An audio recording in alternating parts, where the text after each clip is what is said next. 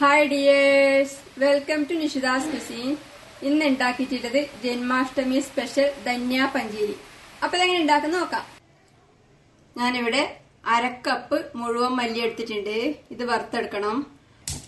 അടുപ്പത്ത് ഒരു ചീഞ്ചട്ടി വെച്ച് ചൂടാക്കി അതിലേക്ക് എടുത്തു വെച്ച മല്ലിയിട്ട് ഇളക്കി വറുത്തെടുക്കാം.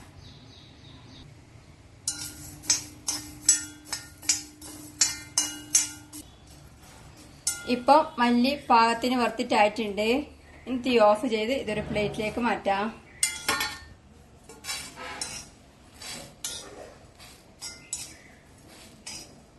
ഇതിന് ചൂടാറുമ്പോ മിക്സിയിൽ പൊടിച്ചെടുക്കണം. മല്ലി ഇപ്പം ചൂടാറിയിട്ടുണ്ട്.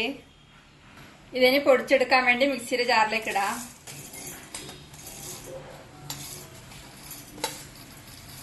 അധികം നൈസായിട്ട് പൊടിയണ്ട, കുറച്ച് തരിതരിപ്പായി പൊടിച്ചെടുത്താൽ മതി. മല്ലി തരിതരിപ്പായി പൊടിച്ചെടുത്തിട്ടുണ്ട്. ഇനി മഖാന വറുത്തെടുക്കണം. ഞാനിവിടെ കുറച്ച് മഖാന എടുത്തിട്ടുണ്ട്.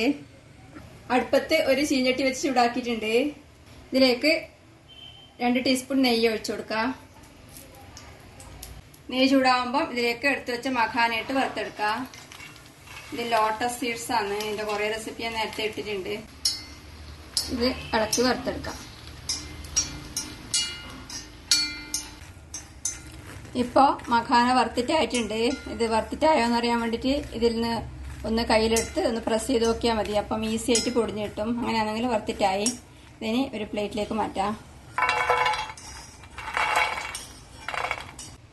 ഇനി കുറച്ച് തേങ്ങാപ്പൊടി വറുത്തെടുക്കണം. ഞാനിവിടെ അരക്കപ്പ് തേങ്ങാപ്പൊടി എടുത്തിട്ടുണ്ട്. ഇത് ഇതേ പാനിലേക്കിട്ട് ചൂടാക്കിയെടുക്കാം. ഇത് ഡെസിക്കേറ്റഡ് കോക്കനട്ട് എന്ന് പറഞ്ഞിട്ട് വാങ്ങിക്കുന്ന തേങ്ങാപ്പൊടിയാണ്. ഇത് അധികം വറുത്തിട്ടൊന്നും വേണ്ട, കുറച്ചൊന്ന് ചൂടാക്കി എടുത്താൽ മാത്രം മതി. ഇതിപ്പോ പാകത്തിന് ചൂടാക്കി എടുത്തിട്ടുണ്ട്. തീ ഓഫ് ചെയ്ത് ഇതൊരു ബൗളിലേക്ക് മാറ്റാം. ഇനി കുറച്ച് നട്ട്സ് വറുത്തെടുക്കണം. ഞാനിവിടെ കുറച്ച് ബദാം മുറിച്ചെടുത്തിട്ടുണ്ട്, അണ്ടിപ്പരിപ്പ് മുറിച്ചെടുത്തിട്ടുണ്ട്, പിസ്ത മുറിച്ചെടുത്തിട്ടുണ്ട്, പിന്നെ കുറച്ച് ചിരോഞ്ചി ചാരോളി എന്നൊക്കെ പറയും, നല്ല ഹെൽത്തി ആയിട്ടുള്ള നട്ട്സ് ആണ് ഇതെടുത്തിട്ടുണ്ട്. പിന്നെ മെലൺ സീഡ്സ് എടുത്തിട്ടുണ്ട്. അടുപ്പത്ത് പാൻ വീണ്ടും ചൂടാക്കി ഇതിലേക്ക് 1 ടീസ്പൂൺ നെയ്യ് ഒഴിക്കാം. നെയ്യ് ചൂടാവുമ്പം എടുത്തു വെച്ച നട്ട്സും സീഡ്സും ഇതിലേക്ക് ഇട്ട് വറുത്തെടുക്കാം.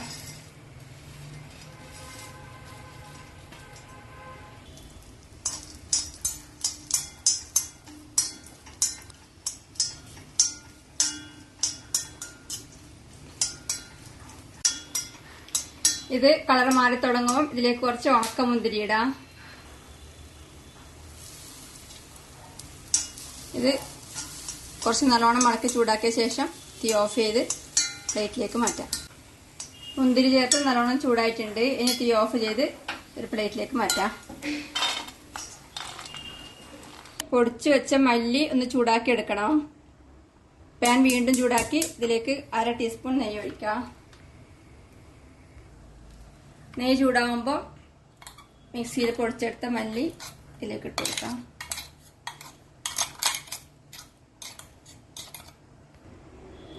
ഇത് ഇളക്കി നല്ലോണം ചൂടാക്കി എടുക്കാം.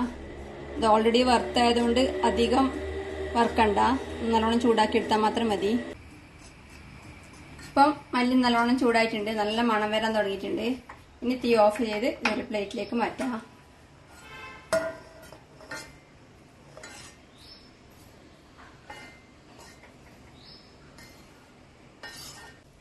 മല്ലി ചൂടാക്കിയെടുത്തത് കുറച്ച് ചൂട് കുറയുമ്പോൾ ബാക്കി വറുത്തെടുത്ത സാധനമെല്ലാം ഇതിലേക്ക് ചേർക്കാം. ഇത് നട്ട്സും ഡ്രൈ ഫ്രൂട്ട്സ് എല്ലാം വറുത്തെടുത്തത് ചേർക്കാം.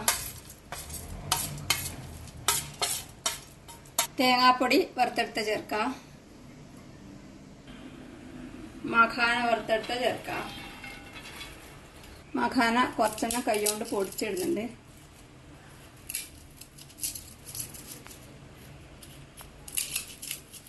ഇനി ഇതിലേക്ക് മധുരത്തിന് വേണ്ടി ചേർക്കുന്നത്, ഇത് ഇങ്ങോട്ട് നോർത്ത് ഇന്ത്യയിൽ കിട്ടുന്ന മിശ്രി എന്ന് പറയുന്ന ഒരു ടൈപ്പ് കൽക്കണ്ടാണ്. ഇത് മിക്സിയിൽ പൊടിച്ചെടുത്താണ്. ഇതില്ലെങ്കിൽ സാധാരണ നാട്ടിൽ കിട്ടുന്ന കൽക്കണ്ടം ചേർക്കുക, അല്ലെങ്കിൽ പഞ്ചസാര വേണമെങ്കിൽ ചേർക്കാം. 1/2 ടീസ്പൂൺ ഏലക്കപ്പൊടി ചേർക്കാം.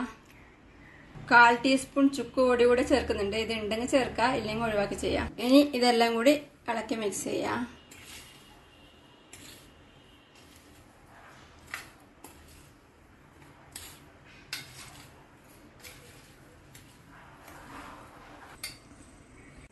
ഇതിലേക്ക് ഒരു 3-4 ഇല തുളസി ഇല കൂടി മുറിച്ചിടാം. ഇതൊന്നും കൂടെ ഇളക്കി കൊടുക്കാം. ഇത് വേറൊരു പ്ലേറ്റിലേക്ക് മാറ്റുന്നുണ്ട്.